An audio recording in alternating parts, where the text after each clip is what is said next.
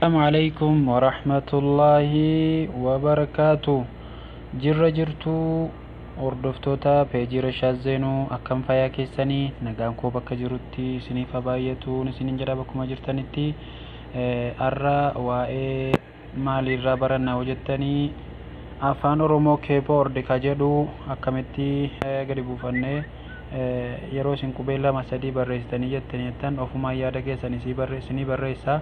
Aappiin sun kunoo isa kanala afaan oromoo ka jedhu kana aappichi isadha. Eessa arganna hoo jettanii as pilistoorii keessa arganna. Kunoola pilistoorii keessa galtanii afaan oromoo keyboard jettaniitti barreessitanii akkanatti gadi isinii bu'aa software and application development ka jedhu kana gadi buufattanii yoo gadi buufatini install siniin jedha. Garuu waan gadi buufadda jiruuf open jedha. Anamma open godheetu keessin agarsiisa jechuudha. Yeroo akkanatti gadi buufattanii gadi tuqxanii jettanu kunoo get started ka jedhu kana rukuttanii jechuudha. Kunoo kana yeroo rukuttanii jettan akkasitti fida enable in settings enable kana rukuttanii. Yeroo enable kana rukuttanii jettanu kuni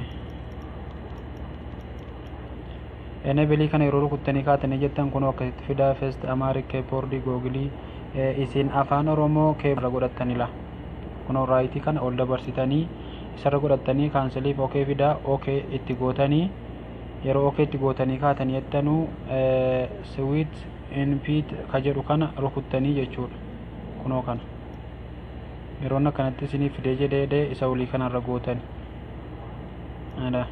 Yeroo akkanatti isinii fidee kee jedhee finished ka jedhu kana kan right qabu kanarra gootani. Yeroo akkanatti rukuttanii jettanii sana booda keessaa baatanii jechuudha. Keessaa baatanii amma fakkeenyaaf WhatsApp dhannee ilaallaa jechuudha. WhatsApp yookaan aappii tokkorra galle amma fakkeenyaaf asuma irratti ilaallaa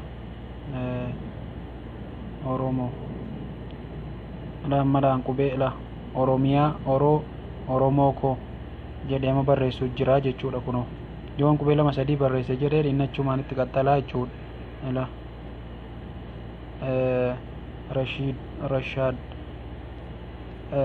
Rashaad ragaa akkasitti fide isinii barreessaa. Barreeffama xiqqoonuma sii barreessitaniiti isinii asittillee barreeffamallee bakka saanduqaa kanallee baay'ee bareechaa jechuudha. Gabatee waan adda addaa keessa galtanii barreessitan kana jechuudha. Barumsi kiyyaarraa kana fakkaataan isiniin jedha. Obboleewwan kiyyaa akka irraa barattan abdiin qabaa. Egaa yuutuubii kiyya seenaatii subscribe like share akkanaa gootanuun isiniin jedha. Galatoomaa irraas fayyadamaan isiniin jedha. Afaan oromoo haa guddifnu. Waa hundayyuu afaan oromootiin akka fayyadamnuun isiniin jedha.